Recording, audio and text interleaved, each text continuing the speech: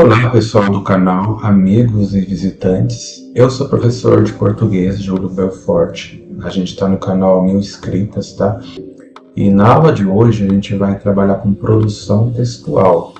Então a gente vai fazer algumas análises um pouco diferentes do contexto. Que a gente entrou em produção textual usando tipos textuais. A gente trabalhou com textos narrativos, textos descritivos, dissertativos, expositivos e injuntivos. E para além desses elementos que a gente trabalhou bastante, e como se escrever cada um deles, eu vou adiantar e mostrar para vocês como o leque da produção textual não se limita a esses tipos textuais. Então, por exemplo, eu posso usar um simples prefixo, como o prefixo meta, e as suas variantes de interpretação para que a gente trabalhe com os mais variados textos. Então, eu vou trabalhar com vários assuntos dentro desse inteirinho. Só para recapitular, para quem está caindo de paraquedas nessa aula, a gente viu que tipo textual é um conceito que se refere à estrutura linguística dos textos, ou seja, define a predominância de expressões e estruturas sintáticas presentes, os elementos que caracterizam e permanecem em cada tipo, além de indicar o objetivo comunicativo de cada um deles, ok? Então, como um exercício laboratório textual, eu vou mostrar para o aluno, para vocês, cada uma das possibilidades, ok? Dentro desse contexto, onde a gente vai trabalhar com palavras geradas pelo prefixo. Nessa aula será o prefixo meta, tá? E tudo que ele pode gerar. Por exemplo, metalinguística. Então, o que é metalinguística? É o ato de ensinar a própria língua. Então, esse texto está sendo totalmente metalinguístico. Mas não para por aí, né, gente? A gente vai ver outros tipos de prefixos, aliás, do mesmo prefixos que geram outras palavras, que vão gerar outras situações. E a gente vai trabalhar com alguns vídeos que eu montei, com textos que são exemplos para cada um deles, tá bom? Então, só para a gente entrar no assunto, maestria, podemos assim dizer, tá? A gente vai trabalhar com o prefixo meta. Curiosidades e aplicações desse prefixo. Por que prefixo meta? Porque ele gera uma certa dificuldade no aluno em imaginar que metalinguística se refere ao ensino da própria coisa, mas ao ensino da própria coisa em qualquer área. Não, metalinguística é só para escrita, gente, só para dentro da língua portuguesa. Vai existir outras situações em que o prefixo meta vai ser utilizado. Então, o prefixo meta é utilizado em diversas áreas, não só na língua portuguesa, né, gente? Para indicar algo que transcende, que está além ou que está em um nível superior. Esse prefixo traz consigo uma profundidade de significado e aplicação fascinante, e é por esse motivo que eu vou me basear nessa aula dentro desse contexto, ok? Por exemplo, então, gente, curiosidade sobre o prefixo, a palavra meta. Então, meta tem origem no grego, que significa além de ou após. Esse prefixo é usado para indicar algo que está em um nível de abstração ou reflexão superior ao original, como a metacognição e a metaética.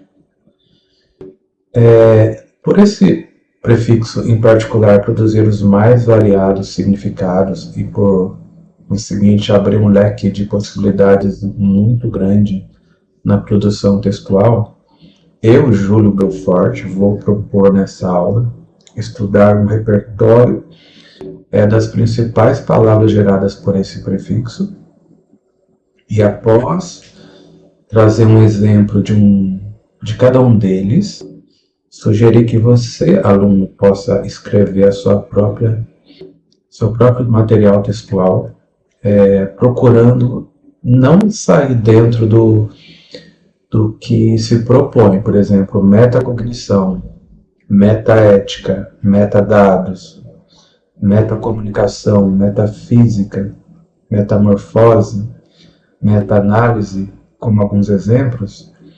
Cada um deles produz um caminho totalmente diferente, ainda que eles tenham se utilizado do mesmo prefixo. E passando os exemplos que eu vou estar indicando, vocês vão tentar escrever um livro, um texto, uma folha de texto, em que você esteja dentro do que é sugerido. Por exemplo, metafísica, eu tenho que estar só dentro, o aluno tem que escrever um trabalho, um texto sobre metafísica unicamente dentro dessa perspectiva, ok? Então vamos lá. Eu vou dar uma clareada sobre cada um deles e após eu vou estar separando cada um deles, trazendo um exemplo que a gente criou aqui dentro do curso de língua portuguesa. Depois, se ela não ficar muito longa, eu vou estar dividindo cada assunto e colocando dentro do canal Mil Escritas para que você tenha maior facilidade, ainda que esta aula vai ser uma aula só, talvez seja um pouco longa, não sei, ok? Então, o prefixo meta, ele pode gerar, por exemplo, metacognição, capacidade de pensar sobre o próprio pensamento, entender como aprendemos e resolvemos problemas de modo cada vez mais eficaz, ok? Metaética, análise filosófica dos conceitos morais, procurando entender a natureza e a justificação das normas éticas. Metamorfose, a transformação de uma forma em outra, como fascinante mudança da lagarta em borboleta. Então são apenas alguns exemplos e o que ela representa, ok? Continuando, porque são muitos. Meta-análise é a técnica estatística para combinar resultados de diferentes estudos sobre o mesmo tema, buscando identificar padrões ou efeitos gerais, ok? Então é um pouquinho parecido com metadados, mas não é a mesma coisa. Metadados são dados sobre dados. Eles fornecem informações sobre outros dados, como autor, data da criação, formato e outras características, ok? Metafísica é a filosofia que investiga a natureza fundamental da realidade, incluindo a relação entre mente e matéria, substância e acidente, e potencialidade e atualidade. Então, mais um leque do que a palavra meta pode gerar para a gente, ok? Metateoria. Teorias sobre a teoria. Perceba, gente, que, por exemplo, metalinguística é estudo da própria língua. Metateoria, teoria sobre a teoria. O desafio dessa aula será propor que vocês, alunos, estudantes, visitantes desse curso, possam estar criando textos que não fujam de tal assunto. Ok? Então, metateoria é teoria sobre a teoria. Refere-se ao estudo da estrutura, método e pressupostos de teorias em um campo particular. O que é metacomunicação? Comunicação sobre a comunicação. Refere-se à mensagem que transmite informações sobre as comunicações devem ser entendidas, como as comunicações devem ser entendidas, ok? Já a metanarrativa é narrativa que comenta ou explica outras narrativas. Por que a narrativa tem sido feita e gerada? É uma análise em cima da análise da narrativa. Muitas vezes é usada em teorias como crítica literária, que a gente usa muito na faculdade, ok? Então a gente viu, né, são acho que 9 exemplos até agora, talvez seja um pouquinho mais, mas a gente vai agora estudar cada um deles e após uma pequena introdução eu vou passar um texto em forma de vídeo para que vocês possam entender melhor como se produz o texto, ok? O primeiro deles é metacognição.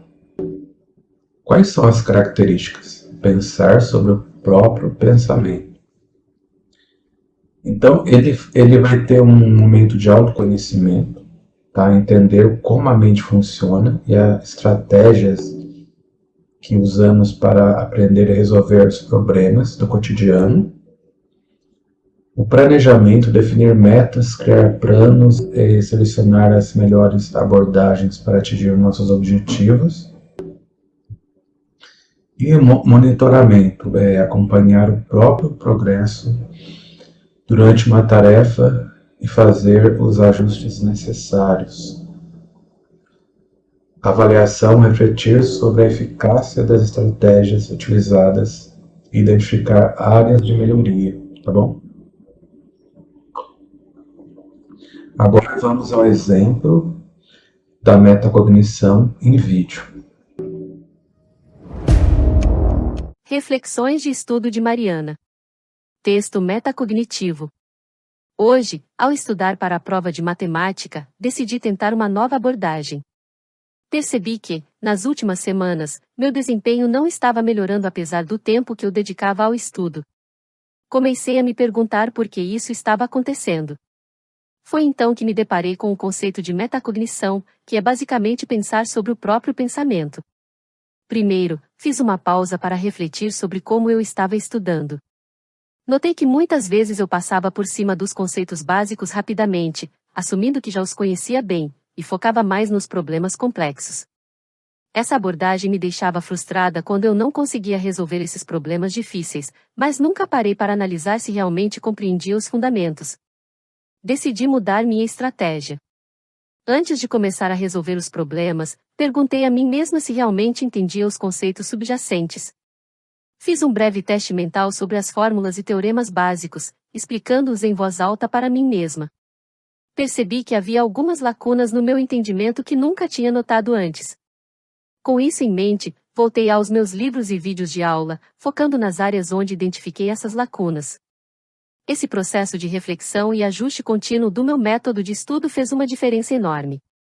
Quando voltei aos problemas complexos, percebi que minha compreensão melhorou e consegui resolvê-los com mais confiança. Além disso, comecei a monitorar meu estado mental enquanto estudava. Se me sentia cansada ou distraída, fazia uma pausa e voltava quando me sentia mais focada. Isso ajudou a melhorar minha eficiência e a qualidade do meu estudo. Refletir sobre meu próprio processo de aprendizagem e fazer ajustes conforme necessário foi essencial para melhorar meu desempenho. A metacognição me ajudou a ser uma estudante mais consciente e eficaz. Canal 1000 inscritas. Um jeito fácil de aprender. Esse texto exemplifica como a prática da metacognição pode ajudar alguém a melhorar sua abordagem de estudo ao refletir sobre seus métodos e estratégias, identificando áreas para melhorias e ajustando seu comportamento de acordo. Por Júlio Belfort. Formação em Letras pela Univesp. Obrigado.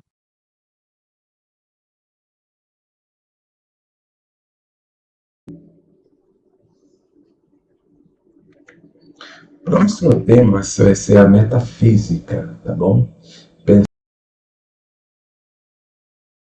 Então, o que é a metafísica? É uma filosofia que investiga a estrutura fundamental da realidade, incluindo a relação entre mente e matéria, substância e acidente, e potencialidade e atualidade. Tá? Então é uma teoria filosófica que busca entender a realidade de modo ontológico, ou seja, a natureza do ser, e teológico, a essência de Deus e da religião, ou a teoria geral e abstrata que explica de modo filosófico a matéria e a alma, a linguagem e assim por diante. Ok? Então agora eu vou estar passando um texto em forma de vídeo que fala sobre a metafísica. O que é metafísica? Metafísica é a investigação filosófica das questões mais fundamentais sobre a natureza da realidade. As perguntas metafísicas incluem: o que é a existência? O que significa ser? Quais são as propriedades fundamentais do universo? O tempo e o espaço são entidades reais ou meras construções da mente? Exemplo prático: identidade pessoal. Um dos conceitos centrais na metafísica é a identidade pessoal. Vamos explorar como essa ideia pode influenciar a vida cotidiana. Questão metafísica. O que faz de uma pessoa a mesma ao longo do tempo? Situação prática. Imagine que você está considerando fazer uma mudança radical na sua carreira. Você sempre trabalhou como engenheiro, mas sente uma forte atração por se tornar um artista. A questão da identidade pessoal pode surgir de várias maneiras. Continuidade da identidade. Você pode se perguntar se ainda será o você mesmo ou após essa mudança de carreira. O que define a sua identidade? Suas habilidades, suas escolhas, seus valores ou suas memórias? Transformação e crescimento. A mudança pode ser vista como uma parte natural do seu crescimento pessoal. A metafísica oferece ferramentas para pensar sobre como mudanças significativas afetam quem somos. Percepção dos outros. Como as outras pessoas percebem sua identidade pode mudar com essa nova carreira. A reflexão metafísica pode ajudar a entender como a identidade é percebida externamente e internamente. Exemplo prático: livre-arbítrio e determinismo. Outra questão central na metafísica é a discussão sobre livre-arbítrio e determinismo. Questão metafísica. As pessoas têm livre-arbítrio, ou suas ações são determinadas por causas prévias? Situação prática. Você está tentando decidir se deve mudar de cidade por causa de uma oferta de emprego. Considerações metafísicas sobre livre-arbítrio e determinismo podem influenciar sua decisão. Livre-arbítrio. Se você acredita no livre-arbítrio, pode sentir que tem total controle sobre a decisão e que sua escolha refletirá sua verdadeira vontade e desejos. Determinismo. Se você acredita no determinismo, pode pensar que essa oferta de emprego e sua consideração sobre a mudança são resultado de uma série de eventos e circunstâncias fora do seu controle. Conclusão. A metafísica, embora pareça distante das preocupações cotidianas, influencia profundamente a maneira como entendemos nossas vidas e tomamos decisões. Questões sobre identidade, livre-arbítrio e a natureza da realidade moldam nossas percepções e ações de maneiras significativas. Refletir sobre essas questões pode nos fornecer uma compreensão mais profunda de nós mesmos e do mundo ao nosso redor. Canal 1000 inscritas. Um jeito fácil de aprender. Espero que este exemplo ajude a entender como a metafísica está presente na prática e influencia nossas vidas. Por Júlio Belfort. Formação em Letras pela Univesp. Obrigado. Próximo tema que a gente vai estar estudando dentro desse inteirinho são os metadados. Ele se aproxima um pouco do texto injuntivo, o tipo textual que, por exemplo, a gente aprendeu é uma bula de um remédio, uma receita de bolo. A diferença do metadados para esse tipo de texto injuntivo é que ele não está ensinando passo a passo como se faz alguma coisa. Ele não é um manual, mas é um dado sobre o dado. Vocês vão entender isso daqui a pouco dentro desse texto em forma de vídeo. Então, esse método ele fornece informações sobre outros dados, como autor, como data de criação, formato e outras características desses dados criados, ok? Os dados pessoais da rede, como exemplo, são a soma das informações que compartilhamos junto às produzidas pelas pessoas e instituições com as quais nos relacionamos, ou seja, dados de redes sociais, por exemplo. Tá? Então, são metadados. Então, nesse vídeo, nesse texto em vídeo, vocês vão entender melhor. Exemplo prático. Aplicação da metadados. Imagine que você tenha uma coleção de fotos das suas férias.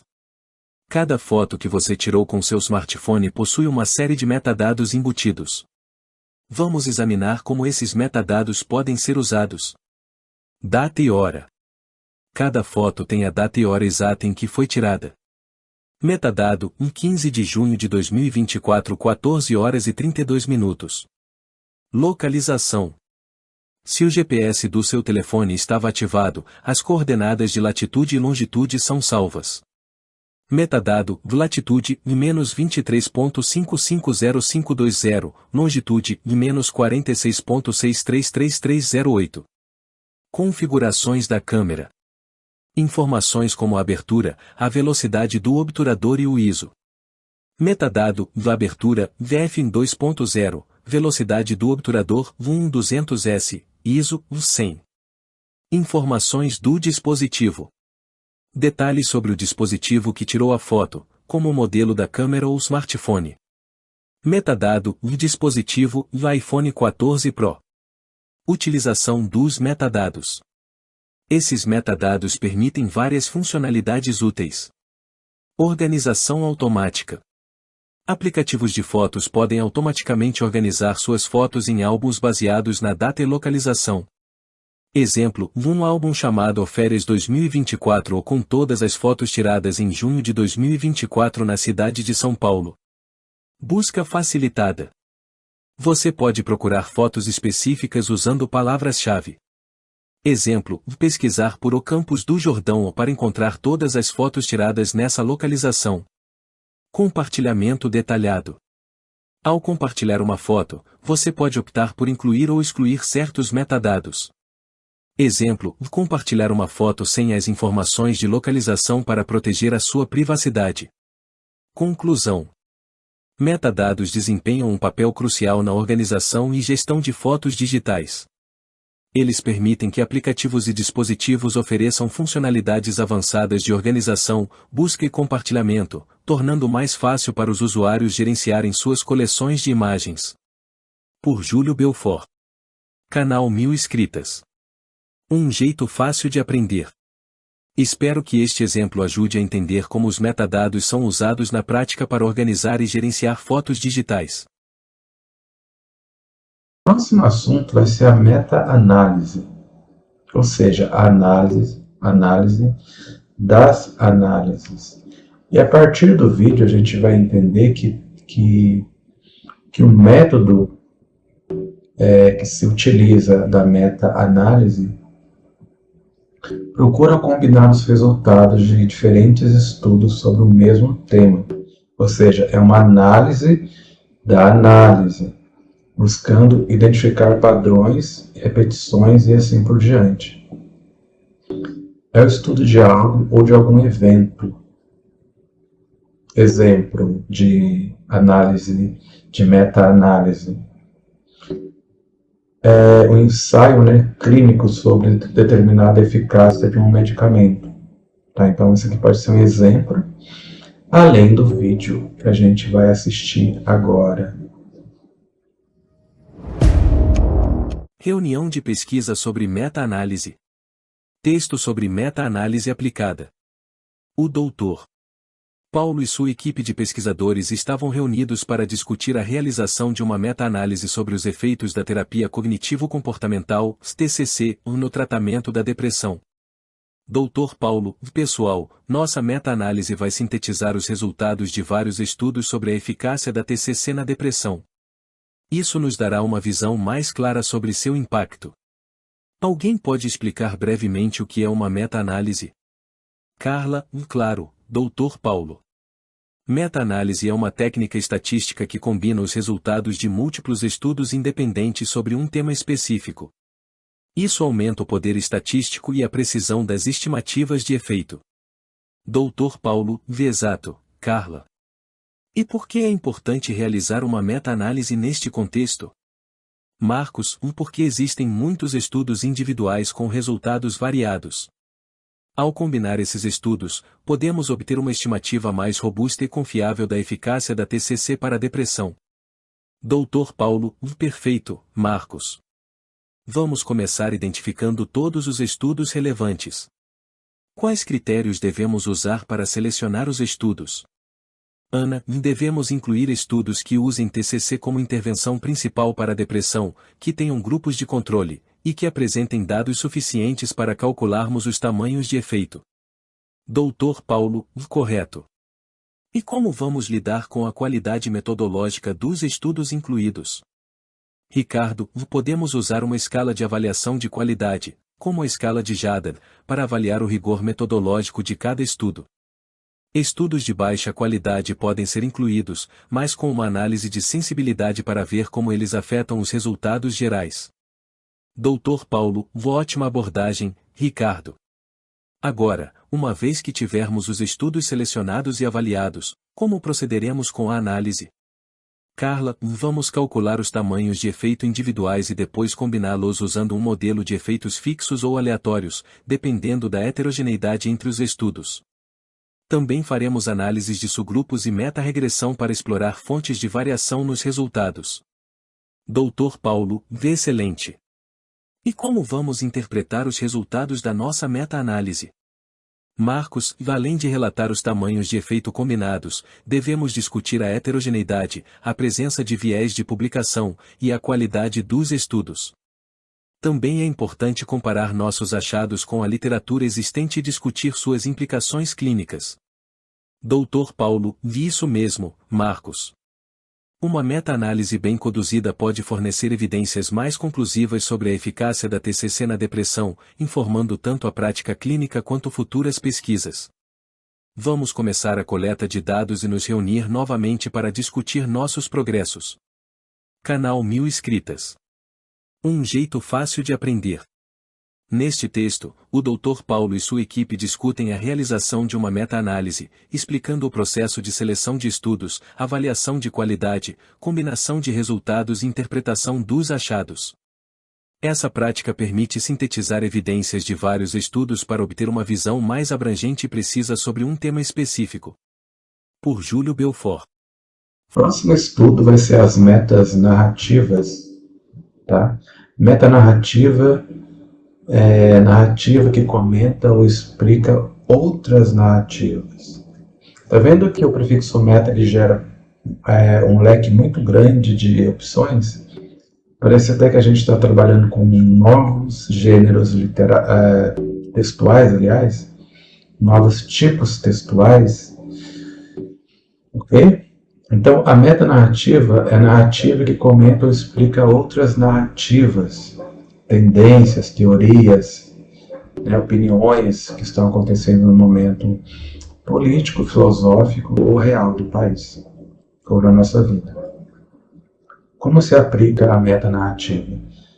Muitas vezes é usada em teorias críticas e estudos literários, tá bom? Para analisar um livro, por exemplo, de Camões, de Machado de Assis, tá? São críticas literárias. A exposição de um acontecimento ou de uma série de acontecimentos mais ou menos encadeados, reais ou imaginários por meio de palavras ou imagens. Ou seja, se eu pegar um livro de um autor e analisá-lo, eu estou fazendo uma metanarrativa, analisando o autor do livro. Será que Bentinho foi traído no livro A Capitu, por exemplo? A metanarrativa pode explorar como as histórias influenciam a cultura e a identidade. Então, além disso, a metanarrativa ela pode estudar como que um livro uma tendência cultural, uma narrativa influencia a nossa vida, ok? De modo positivo ou modo negativo. Análise de uma história na aula de literatura. Aplicação da metanarrativa. Na aula de literatura, a professora Clara decidiu explorar o conceito de metanarrativa com seus alunos, usando o clássico Dom Quixote de Miguel de Cervantes como exemplo. Professora Clara, hoje vamos falar sobre metanarrativa. Alguém sabe o que isso significa? Pedro, é quando a história fala sobre si mesma, certo? Professora Clara, isso mesmo, Pedro. Uma metanarrativa é uma narrativa que comenta sobre a própria construção da história, chamando a atenção para o fato de que é uma história. Vamos ver isso na prática com a Dom Quixote. Alguém lembra de uma parte onde isso acontece? Maria, sim, há um momento em que o narrador discute a veracidade dos manuscritos que ele encontrou e nos quais a história de Dom Quixote é baseada. Professora Clara, exato, Maria. Cervantes faz o leitor consciente de que está lendo uma obra fictícia, questionando a autenticidade das fontes da própria história. Isso é um exemplo de metanarrativa. Por que vocês acham que Cervantes fez isso? João, talvez ele quisesse mostrar como as histórias podem ser manipuladas ou reinterpretadas. Professora Clara, boa observação, João. Ao fazer isso, Cervantes não apenas conta uma história, mas também convida o leitor a refletir sobre a natureza da narrativa e da ficção. Ele questiona a confiança que depositamos nas histórias que ouvimos e lemos. Outro exemplo é como ele insere a figura do autor dentro do texto. Lembram quando o autor interrompe a narrativa para falar diretamente com o leitor? Ana, sim, isso acontece algumas vezes. É como se ele estivesse nos lembrando de que estamos lendo uma história e que ele está no controle. Professora Clara, exatamente, Ana. Isso nos faz pensar sobre o papel do autor e do leitor na criação e interpretação da história. A metanarrativa, então, nos ajuda a entender que as histórias são construções e nos convida a pensar criticamente sobre elas. Vocês conseguem pensar em outros livros ou filmes que fazem algo semelhante? Lucas, acho que o filme A Rosa Púrpura do Cairo, de Woody Allen, faz isso quando o personagem sai da tela do cinema e interage com o público. Professora Clara, excelente exemplo, Lucas. A metanarrativa é uma ferramenta poderosa para explorar a relação entre a realidade e a ficção, e nos desafia a pensar sobre como e por que contamos histórias. Vimos que, narrativa que comenta ou explica outras narrativas. Muitas vezes é usada em teorias críticas e estudos literários. Por Júlio Belfort. O próximo estudo vai ser a metaética. Então a gente vai produzir um texto que está dentro da metaética, ou seja, análise filosófica da moralidade. Como que a metaética atua? A metaética investiga a natureza e a justificação das normas éticas, buscando entender o que são os valores morais. Ok? Ela debate se os princípios morais são relativos ou absolutos, e como isso afeta a nossa tomada de decisões no dia a dia. Tá? Ela tem um caráter cognitivo versus não cognitivo, ou seja, ela discute se os juízos morais podem ser verdadeiros ou falsos, ou se são apenas expressões de emoções. Então a gente vai fazer eu produzi um texto bastante, repercute bastante sobre a eutanásia, tá? Então, vocês vão entender melhor nesse texto vídeo daqui a pouco. A metaética também investiga se a moral tem origem divina, racional, emocional ou de alguma outra fonte. Então essa parte é bem interessante e eu aconselho que vocês vejam esse vídeo esse texto vídeo que eu produzi para vocês, ok? Diálogo sobre metaética. Texto que trabalha conceitos de metaética. João e Maria estavam discutindo sobre um tema ético controverso durante o intervalo da faculdade. O debate começou com a questão da legalização da eutanásia. João: eu acredito que a eutanásia deve ser legalizada porque permite que as pessoas em sofrimento terminal tenham uma escolha digna sobre como e quando morrer. Maria: eu entendo seu ponto, João, mas tenho minhas dúvidas. Acho que legalizar a eutanásia pode abrir portas para abusos e pressões sobre pessoas vulneráveis. João: interessante. Mas por que você acha isso? O que torna a eutanásia moralmente errada em sua opinião? Maria: bom, minha posição é influenciada por minha crença religiosa de que a vida é sagrada e que só Deus pode decidir sobre o fim da vida. João: entendi. Então, suas crenças religiosas estão moldando sua visão ética sobre a eutanásia. Mas e se considerarmos uma perspectiva secular? Existem bases racionais ou universais para dizer que a eutanásia é moralmente errada, independentemente da religião?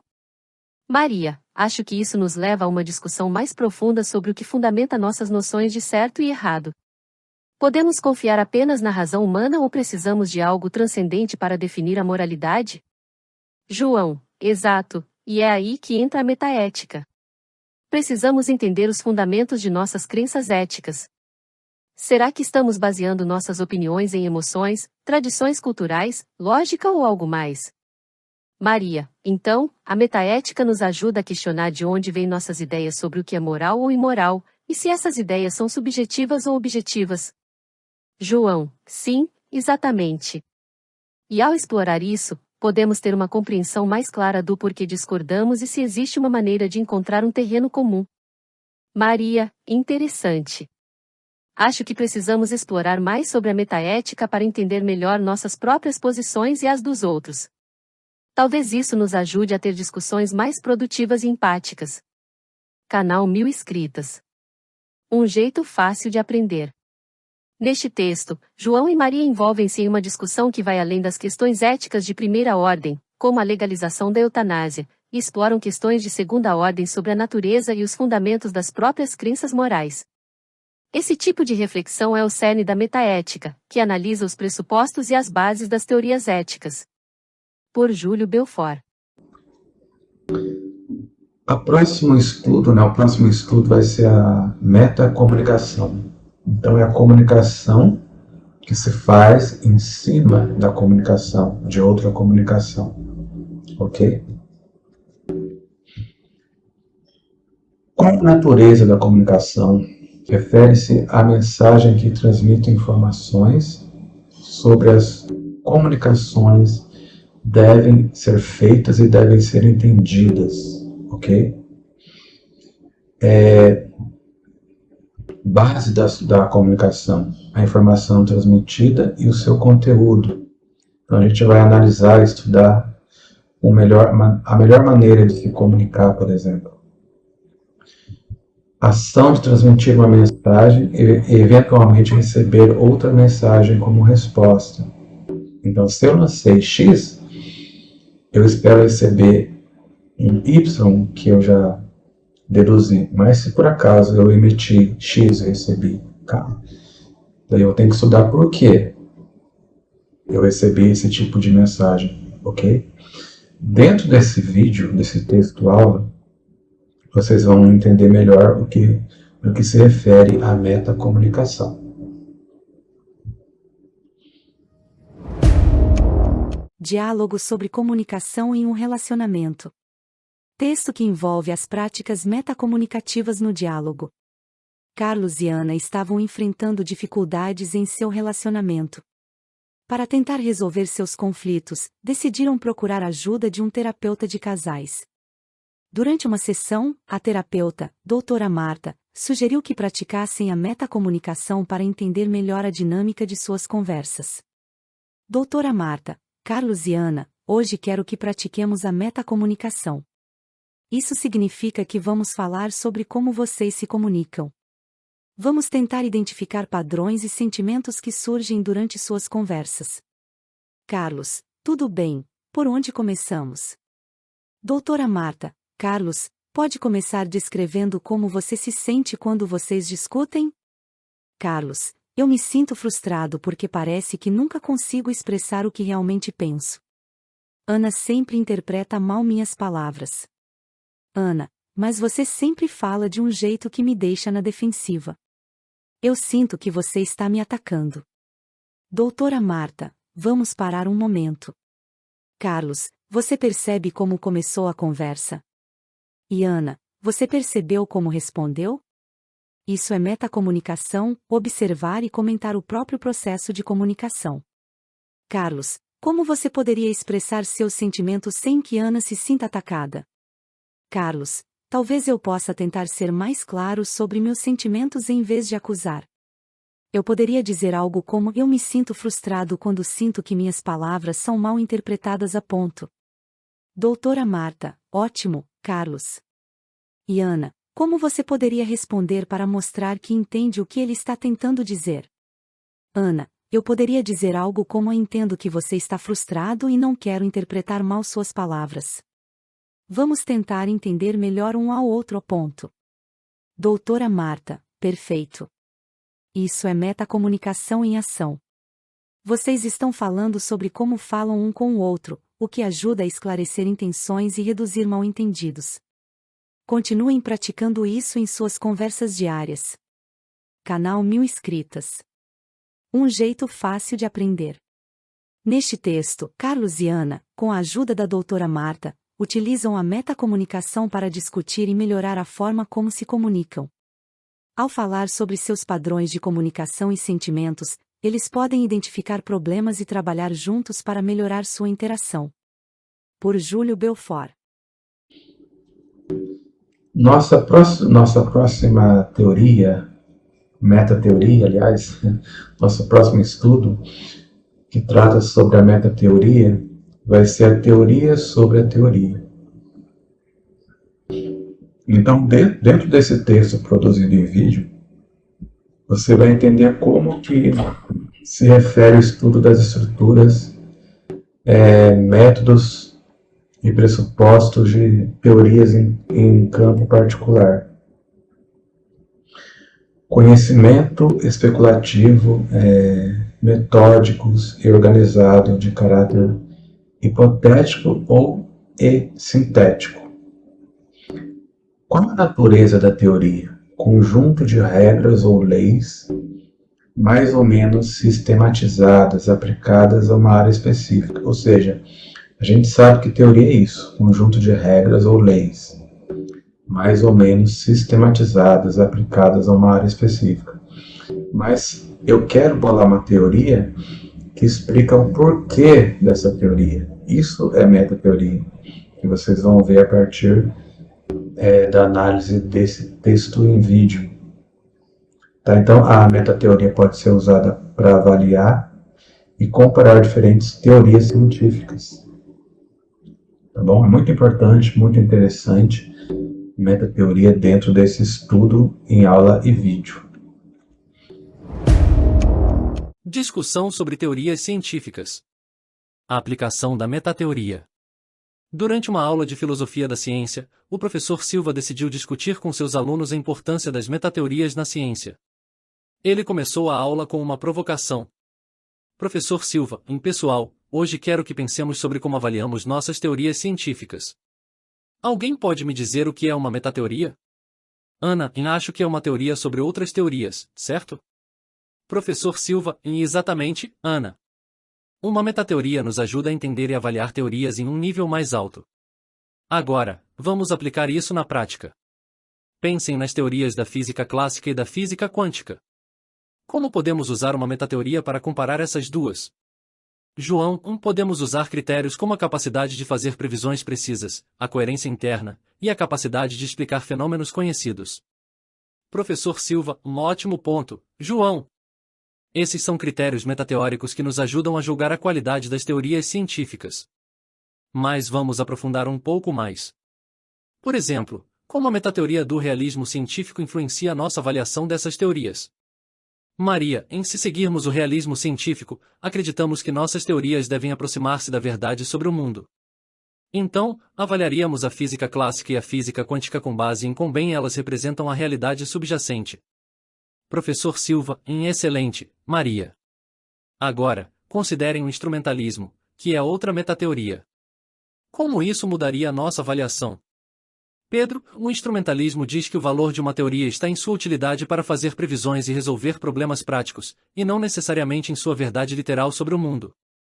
Então, poderíamos dizer que ambas as teorias são úteis em diferentes contextos, sem precisar decidir qual é a mais verdadeira. Professor Silva, perfeito, Pedro. Vejam como a metateoria nos permite ter uma perspectiva mais ampla e crítica sobre as próprias teorias científicas.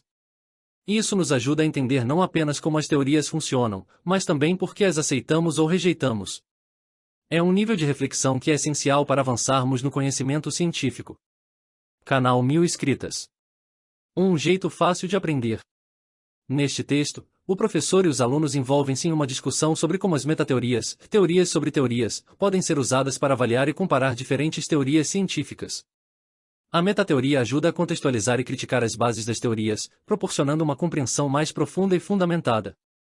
Por Júlio Belfort. O próximo estudo, que é mais tranquilo, a gente vai trabalhar com a metamorfose, que é a transformação, geralmente, da natureza, né? Por exemplo, aqui, ó. Deixa eu pegar uma caneta, gente, um momentinho. Então, a gente tem aqui a metamorfose da... por exemplo, o ovo, né? No caso, para se transformar em uma borboleta, tá? O primeiro processo é o ovo, tá? Início do processo quando o ovo é depositado pela fêmea, ok? Depois a gente tem, né, a fase da larva, né? Fase de crescimento e alimentação, onde a larva se desenvolve. Depois a gente vai para a pupa, fase de transmissão, onde a larva se transforma em uma pupa imóvel, ou seja, aquele casulo. E depois, finalmente, a gente chega na fase adulta. Tá? Então, a metamorfose, dentro desse estudo, abrangeu quatro fases. Fase adulta, né? Fase final, quando a pupa se rompe e emerge um inseto adulto, no caso a borboleta. Isso é a metamorfose. Então a gente vai ver um texto em forma de vídeo que vai tratar sobre tal assunto. Bem interessante também. E hoje em dia, né, quem não vê nas mídias sociais que está explodindo essa coisa de metaverso e inteligência artificial, uma coisa que está ligada à outra, né, na atualidade da informática, nas redes sociais, por exemplo, e como ela está influenciando a nossa vida. Então, a metaverso é uma realidade virtual imersiva. Então, imagina o seguinte, gente, esse aqui é um bônus só da aula, nem ia passar isso, mas eu achei bastante interessante esse material sobre a metaverso. Imagina que eu possa criar um mundo virtual tão perfeito e eu possa viver dentro dele, visitar um restaurante, conhecer ele por dentro, um restaurante lá em Paris, por exemplo, comer no restaurante, sentar sobre a mesa, com aquele óculos 3D de realidade aumentada, onde eu possa estar vendo tudo sem sair do lugar, mas de modo interativo, ou seja, dentro da realidade, ok? Então, o metaverso, gente, permite que os usuários se sintam totalmente imersos em uma realidade 3D, como eu falei. Cada usuário é representado por um avatar personalizado que pode interagir com outros usuários. Até namorado virtual eles estão criando nesse mundo, é uma loucura, gente. O metaverso integra diversos mundos virtuais em uma rede conectada e persistente. Requer tecnologias como realidade virtual, inteligência artificial, como eu falei, e uma computação quântica em nuvens, ok? Então a gente vai criar um texto em forma de vídeo que fale sobre a metaverso. Então todos eles têm como o prefixo meta, né, como algo comum, mas cada um deles vai gerar um texto totalmente diferente, ok? Mais algumas curiosidades sobre o prefixo meta. Metalinguagem, né? Como a minha aula é uma metalinguagem, capacidade de falar sobre a própria linguagem, como eu estou fazendo nesse exemplo, como ensinar a gramática e a sintaxe. Pessoal, curtam o canal, compartilhem, a gente tem um material bastante amplo sobre os estudos da língua portuguesa, a literatura, a sintaxe, a gramática e assim por diante, tá? O prefixo meta também ele pode ser usado de modo metafórico, quando algo é usado de forma figurativa, além do significado literal. Esse é um bônus, tá, gente? Metajogo, um jogo que aborda ou se refere a outro jogo, como um jogo sobre jogos, como a gamificação, tem sido utilizada na escola para o ensino de várias matérias, principalmente ciências e matemática. Eu sou o Júlio Belfort, professor de língua portuguesa no ensino médio, e esse canal, 1000 Escritas, é dedicado ao ensino, ao estudo, ao debate da língua portuguesa como um todo. Muito obrigado por assistir essa aula e até mais.